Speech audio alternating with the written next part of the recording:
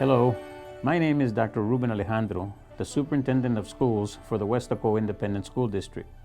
I am proud to be the leader of this fine district and look forward to improving on the tradition of excellence that WISD has enjoyed for so many years.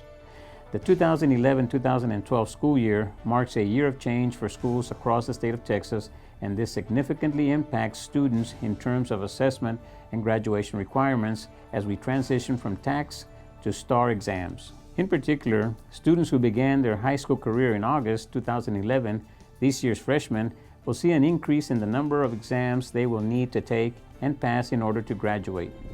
These students must take and demonstrate proficiency in roughly 12 end-of-course exams to graduate under the recommended or distinguished graduation plans. These end-of-course exams include 3 in the area of science, 3 in social studies, 3 in math, and 3 in English language arts. The tests are also timed. Students will have 4 hours to complete each exam, whereas previously, TAKS tests were untimed. Additionally, in order to meet the college readiness standards required for the recommended and distinguished plans, they must meet levels of proficiency standards on the English 3 and Algebra 2 exams. Above and beyond simply meeting the minimum standards, the end-of-course exams are a compilation of the objectives that students are expected to master in each of the subject areas. The exams will be more rigorous than TAKS and will require a depth of knowledge and a deep understanding of each subject area in order for students to meet expectations. And that's why we've prepared this short video presentation using some of our own students to help us find answers to some of the questions we've all been asking. And they're using modern technology to find the answers. Let's catch up with Marco and Valeria, 2 ninth grade students that will introduce us to someone that seems to know all the answers. Can I have a caramel latte? All right. Thank you. Hey, how have you been? I haven't seen you for a couple of weeks. It's been really busy. I've been good. Same here. High school's really fun, but it seems like there's a lot of things going on, especially coming up this spring. Like the STAAR test, it's gonna be harder. No more TAKS for us. I know. You know, they've done a lot of explaining about the new test at school, but I'm still not sure I understand it all. You want to order? Yeah. I'll have a 12-ounce cold tea. All right. Sounds great. I'll have it out to you guys in just a few minutes. Okay. Hey, so how's your new phone? Last time I saw you, you were still trying to figure out all of its tricks. Oh, it's amazing, especially Siri. Anytime I have a question, I just ask her and she finds out. That's so cool. Hey, how about we ask Siri about the questions we have about the end-of-course exams? Think she can find the answers? Yeah, I'm pretty sure. Okay, let's start by asking what the STAAR end-of-course tests are. All right. Siri, what are the STAAR EOC tests? I found this for you.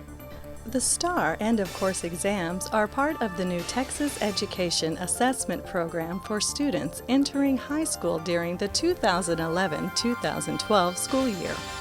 Each exam measures student proficiency on the material from that particular course. Hey, that's pretty cool. Let's ask something else, like how many tests do we have to take? Siri, how many tests do we have to take? Here's the information. There are 12 end-of-course exams, 3 in English, English 1, 2, and 3, 3 in math, Algebra 1, Geometry, and Algebra 2, 3 in science, Biology, Chemistry, and Physics, and 3 in social studies, World Geography, World History, and U.S. History.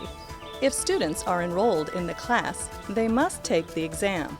However, depending on the student's graduation plan, the score may not be included in the composite score needed for graduation.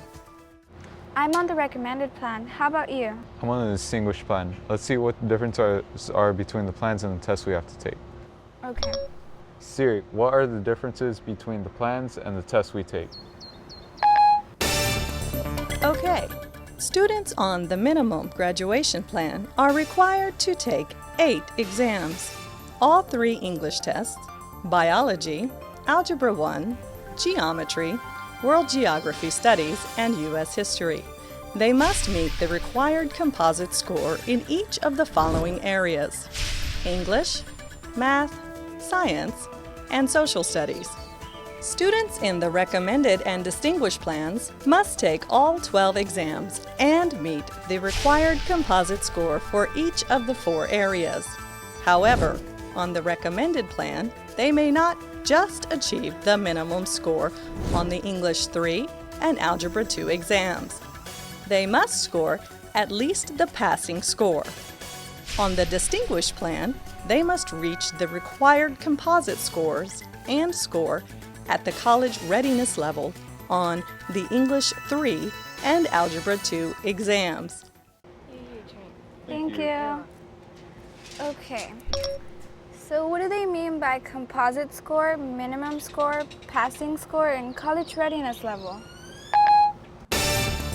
Although the exact scores that will be required haven't been released yet, the state describes 3 score categories.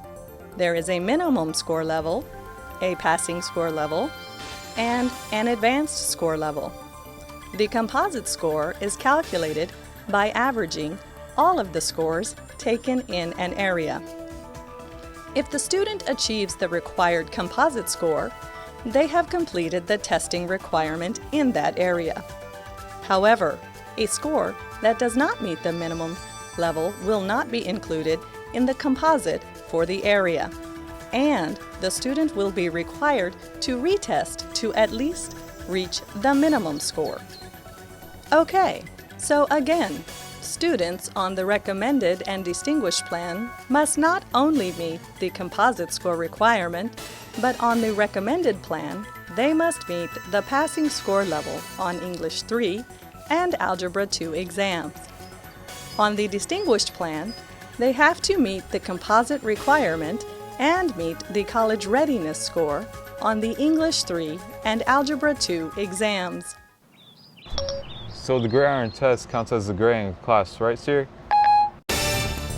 I found this for you. The state requires that the EOC score count for 15% of the final grade in the course. However, the state is allowing districts to defer that requirement for this year only, as the tests are administered for the first time. Anything else? No, I think that's it. But if we have any other questions, we could either check with Siri or ask our teachers at school. Okay. Our own teachers and administrators also know the answers to the questions asked by Marco and Valeria. Our staff has been very proactive in learning everything available about the new State Assessment of Academic Skills, STAAR. Our staff is constantly vigilant of any new information that is provided by TEA or Region 1 and immediately relay that information to the teachers and staff. Anytime the state makes changes in standardized testing, there is always a transition period where we may not have all the answers to questions our students and their parents might be asking. So we'll have to be patient for this first year of testing. It is important to remember that our new freshman class fall under the state's new testing requirement, as the exit level TAKS exams are replaced by the end of course exams. While the bar has been set much higher with these new exams, I am confident that our students are up to the challenge and that with the new testing program will help us ensure that our students are even better prepared for success in post-secondary training or college after they leave us. I want to take this opportunity to thank our teachers and staff for all of the hard work that has been put into preparing our students for these higher expectations. I also want to wish all of our 9th grade students who will be taking these new exams the best of luck. I am confident that your hard work as well as that of your teachers will pay off this semester when you complete your end of course exams. Thanks for watching. I'm Dr. Ruben Alejandro, your Superintendent of Schools.